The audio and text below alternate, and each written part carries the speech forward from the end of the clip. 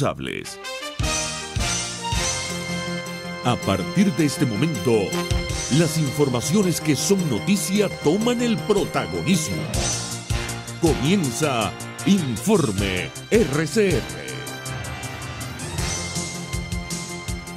Comenzamos este compacto informativo destacando que los padres de Juan Pablo Pernalete, asesinado en las protestas antigubernamentales del año 2017 en el país, se niegan a acceder a una justicia negociada con el componente de la Guardia Nacional Bolivariana acusado de la muerte del estudiante.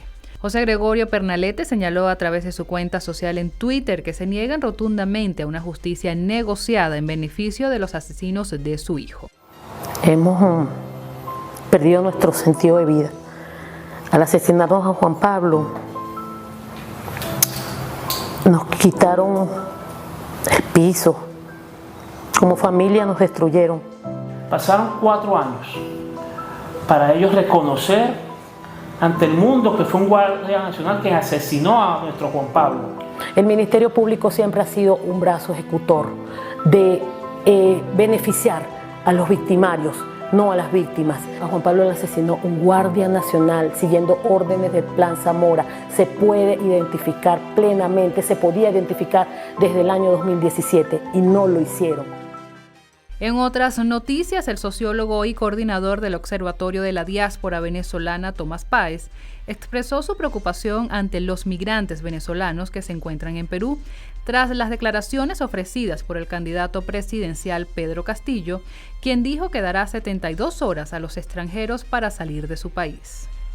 El resultado electoral en Perú es malo para Perú en primer lugar.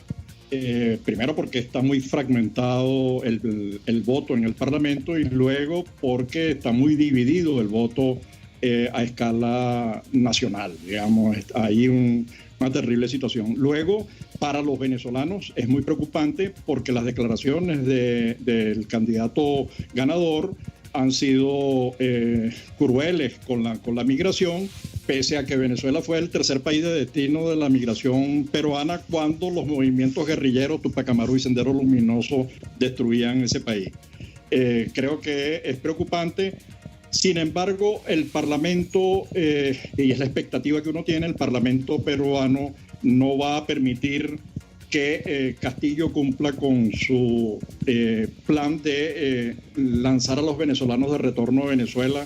Eso generaría problemas en Ecuador, generaría problemas en Colombia y, por supuesto, en la comunidad peruana más consciente que el señor Castillo de la situación en la que se encuentra el país y de la necesidad que tienen los venezolanos que están hoy viviendo en Perú. El profesor Páez, en declaraciones dadas hoy en RCR, insistió en que la diáspora venezolana seguirá creciendo, ya que la situación en Venezuela cada vez es peor y los venezolanos siguen en la búsqueda de una calidad de vida. Ni el coronavirus, ni el confinamiento, ni el cierre de fronteras frenó, impidió que continuara creciendo la diáspora venezolana. Lo que hizo fue frenarla, ralentizarla, pero siguió creciendo. Solamente en Apure, con los sucesos ocurridos con los movimientos guerrilleros, salieron 6.000 personas para Colombia. Siguen saliendo para Trinidad, siguen saliendo para Aruba y Curazao, siguen saliendo para República Dominicana, siguen atravesando la selva del Darién para atravesar Centroamérica y llegar a Estados Unidos. En Estados Unidos, en la frontera con Río Bravo, las imágenes son desgarradoras. Han pasado más de 10.000 personas. Es decir, que los números siguen creciendo y eso va a seguir creciendo, va a ser indetenible porque la situación en Venezuela es insostenible. Digamos, estamos hablando de un país con una hiperinflación, además con inflación en dólares, moneda que perciben muy pocos venezolanos, un mínimo porcentaje, la mayoría de la población en estado de pobreza extrema, además con unos niveles de nutrición. Digamos que la situación en el país es insoportable y la gente va a seguir buscando la forma de sobrevivir. Por su parte, Vilca Fernández, expreso político y dirigente opositor exiliado en Perú, aseguró hoy en RCR que los más de 1.200.000 venezolanos que se encuentran en ese país están preocupados por el destino político que pueda tener Lima luego de que se sepa el resultado de las elecciones presidenciales. Son más de 1.200.000 venezolanos donde la situación, si bien es cierto, el Perú ha tenido una política acertada, podemos llamar, y de amplitud con la población venezolana, no están todos con un estatus estable desde el punto de vista legal en el país. Hay una gran preocupación por las declaraciones de Pedro Castillo, que representa esta izquierda radical, comunista, socialista del siglo XXI, y donde claramente en distintos mítines ha anunciado que daría 72 horas a los venezolanos, a los extranjeros, para salir del país. En algunas ocasiones ha dicho que los que han cometido crímenes, en otras ocasiones se ha dirigido en general a los extranjeros, en otras ocasiones ha hablado de la población venezolana y ha hablado incluso de la dirigencia política en el país. Ante esta situación, ha habido las organizaciones, las ONG, la Embajada Legítima de Venezuela, la representación política, que se ha venido reuniendo buscando cómo proteger a la población venezolana en el Perú. Yo manifestaba que era fundamental que los organismos internacionales cumplieran con su papel.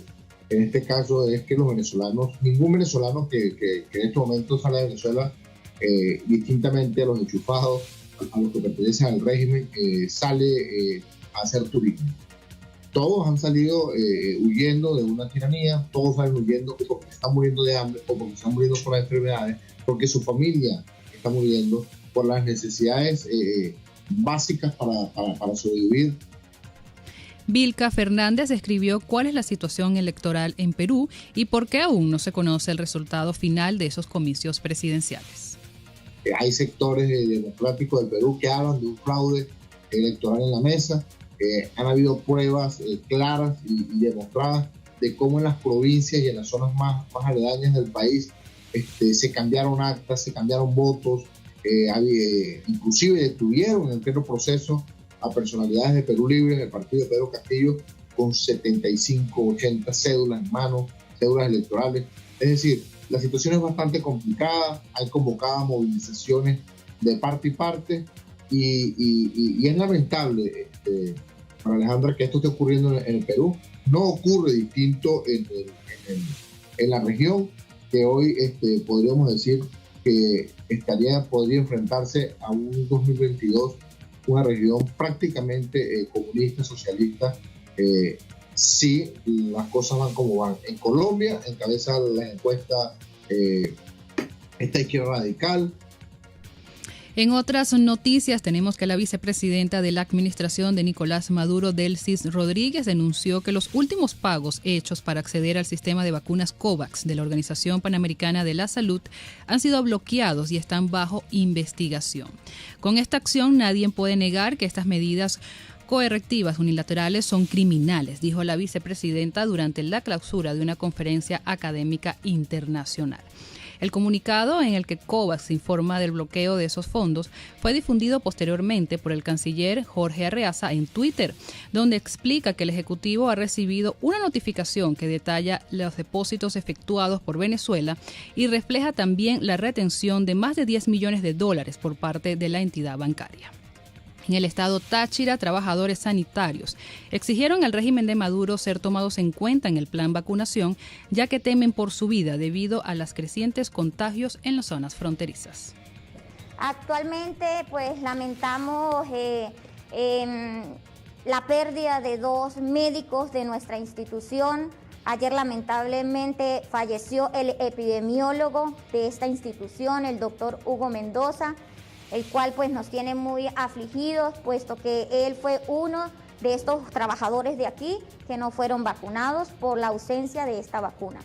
Así como él, también lamentamos la pérdida de un gran médico que era el que pasaba la consulta de adolescentes, y pues él, lamentándolo mucho, también pues falleció. La rectora principal del Consejo Nacional Electoral, Tania de Amelio, presentó este jueves a los 10 miembros de equipos que llevará a cabo la auditoría integral al sistema automatizado de votación que se realizará del 14 de junio al 26 de julio. De Amelio informó que una vez concluya este proceso se presentará un informe final y destacó que por primera vez se abre el corazón del sistema electoral, un proceso donde interactuarán los actores y técnicos del ente electoral para garantizar la mayor transparencia de los comicios. Por otro lado, dirigentes opositores continúan recorriendo el país. En esta oportunidad visitaron el estado portuguesa, dando a conocer la propuesta del Acuerdo de Salvación Nacional. En este sentido, la diputada Beatriz Martínez insistió en que los parlamentarios electos en 2015 seguirán en la lucha por defender los derechos de todos los venezolanos. Por su parte, la Comisión de Contraloría de la Asamblea Nacional de la Alternativa Democrática abrirá un expediente para investigar casos de corrupción en las obras inconclusas del chavismo. Así lo confirmó el primer vicepresidente del Parlamento electo en 2015, Juan Pablo Guanipa, durante un recorrido por el estado Cojedes. Es lo que queda del tramo de ferrocarril Tinaco-Anaco, cuya construcción inició en el año 2009 y debía finalizar en el año 2012. Abarcaba casi 500 kilómetros de ferrocarril que cubría 4 estados de Venezuela. Obra que costó $7.500 millones, que fue anunciada por Hugo Chávez. Y supuestamente estos son los $7.500 millones del tramo ferroviario Tinaco-Anaco. Esta es una demostración inmensa de la corrupción de esta dictadura, de cómo han utilizado los recursos del país para lucrarse y dejar a la población en la situación de depauperación en la que está la población venezolana. Ver esto produce indignación, pero ver esto también produce el compromiso y la esperanza de que tenemos que salir de esta tragedia, que tenemos que mandar para el carajo a Nicolás Maduro y que tenemos que iniciar un proceso de verdadera reconstrucción nacional. En el estado Lara, el movimiento estudiantil se sumó a la denominada Ruta por Venezuela, manifestación que espera agrupar a un gran número de estudiantes en el país para rechazar el estado crítico que atraviesa Venezuela.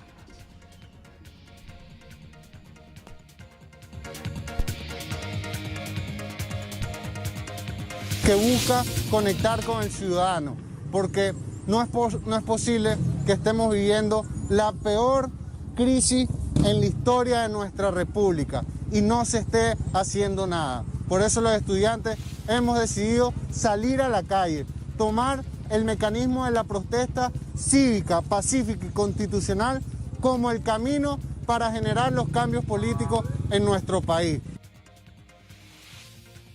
En otras informaciones tenemos que el Instituto Nacional de Meteorología e Hidrología pronosticó lluvias para las próximas horas en gran parte del país. Explicó que las nubes de evolución rápida generan precipitaciones moderadas o fuertes, algunas con descargas eléctricas y ráfagas de vientos. INAMEC también advirtió que además que las precipitaciones pueden incrementar el nivel del agua de los ríos y cauces de agua provocando el desbordamiento y además deslizamiento de tierra. Y pasamos a las noticias en materia económica, y es que Fedecámaras Carabobo sostiene que la producción nacional sigue en decadencia, lo cual se puede evidenciar con el decrecimiento del Producto Interno Bruto. Jonathan Aldana, presidente de esta institución, alegó que el gobierno nacional no hace nada para mejorar la situación. En este sentido, cuestionó una vez más el hecho de que el gobierno haya exonerado el pago del impuesto a los productos importados. Aldana insistió en que los productos nacionales están ante una competencia desleal, pues ellos sí están obligados a pagar las diferentes obligaciones tributarias. Por otro lado, la encuesta económica de la Cámara de Comercio del Estado Lara reveló que un 47.4% de los comercios en esa entidad han cerrado sus puertas en lo que va de 2021, debido principalmente a que las ventas han bajado en al menos un 60%. La institución gremial analizó el comportamiento de los comercios en los ramos automotriz, ferreterías, víveres, comida y otros servicios. Les estamos presentando Informe RCR, el compacto informativo de esta hora, solo por RCR. 750 AM.